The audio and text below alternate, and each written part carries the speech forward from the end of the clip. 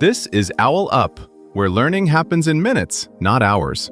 For a deeper journey, explore all our courses at owlup.co. Now, let's dive in.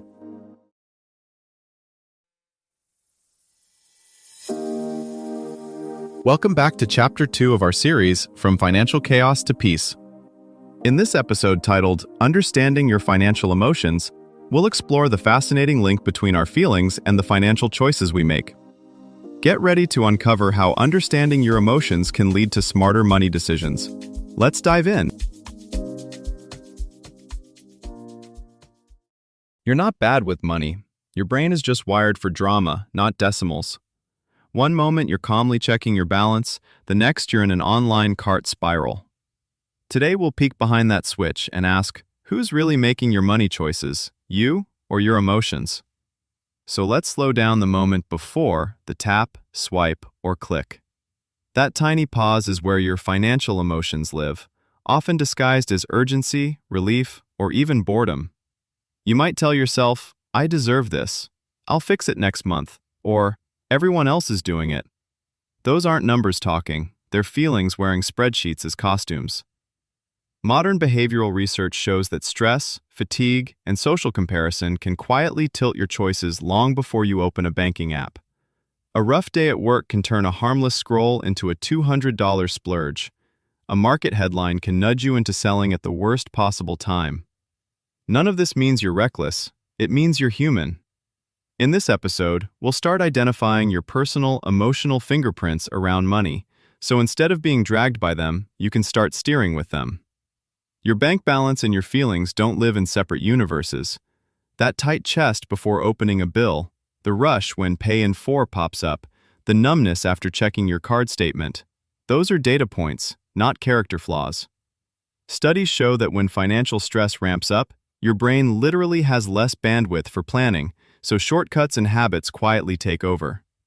That's how a long day at work becomes 3 delivery orders, or how, just checking, a stock price turns into panic selling.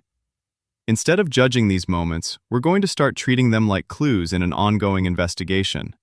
Let's get more concrete and look at how these financial emotions actually show up in real life, because they rarely walk in announcing themselves. They tend to sneak in wearing perfectly logical disguises.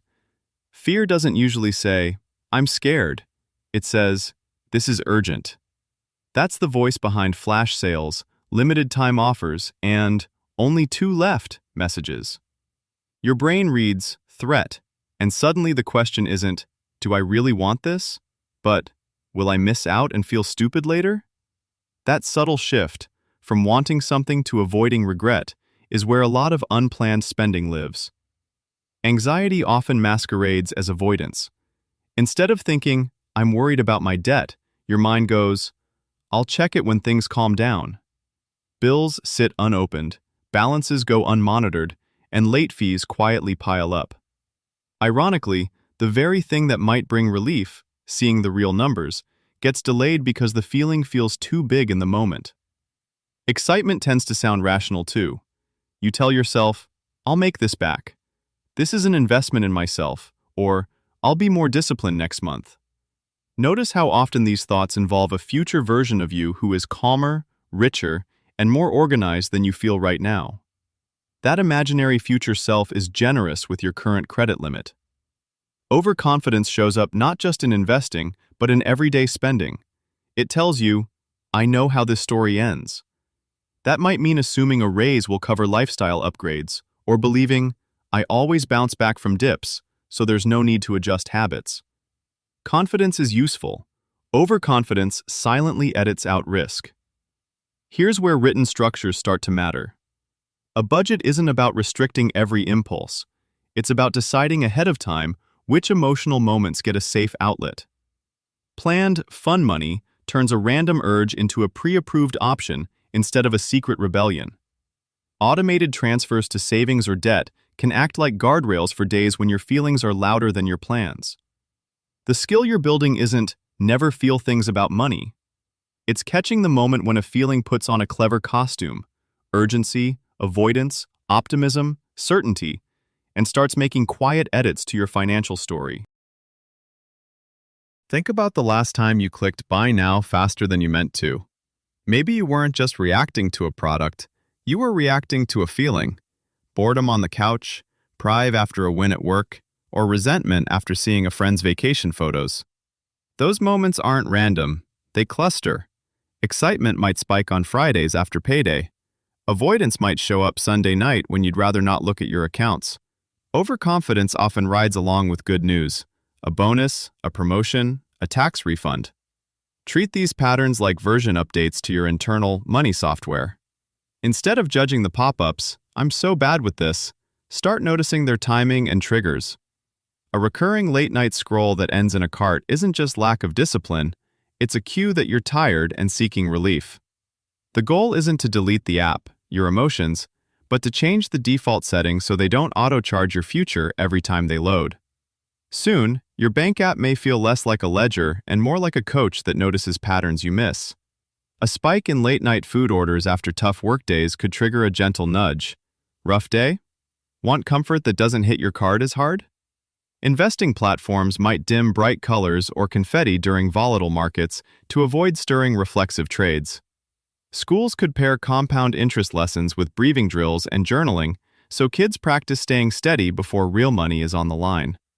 So, as you move through this week, think of each tap, swipe, and click as a data point, not a verdict. Curiosity beats shame here. Start noticing which people, places, or apps tend to nudge you off course, like certain songs that always speed up your driving. The more specific your map gets, the easier it is to steer on purpose. To go deeper, here are 3 next steps. 1. Take the free money script assessment from Dr. Brad Clontze's work. Google Clontz Money Script Inventory, and compare your results with the emotional money patterns discussed in the episode. 2. Set up a money emotions check-in ritual by downloading the free Mindful Money app or using the You Need a Budget YNAB trial. And after your next spending decision, log what you felt: anxiety, guilt, excitement, right before and after the purchase. 3. Pick up The Psychology of Money by Morgan Housel and, this week, read just chapters 1 to 3 with a highlighter, marking every story that sounds like your own reactions around saving, debt, or lifestyle upgrades. Then bring one of those stories to your next money conversation with a partner or friend. This was OwlUp, your daily step forward. This series continues with more chapters on OwlUp.co. Visit OwlUp.co to access the complete course and continue your learning journey. See you there!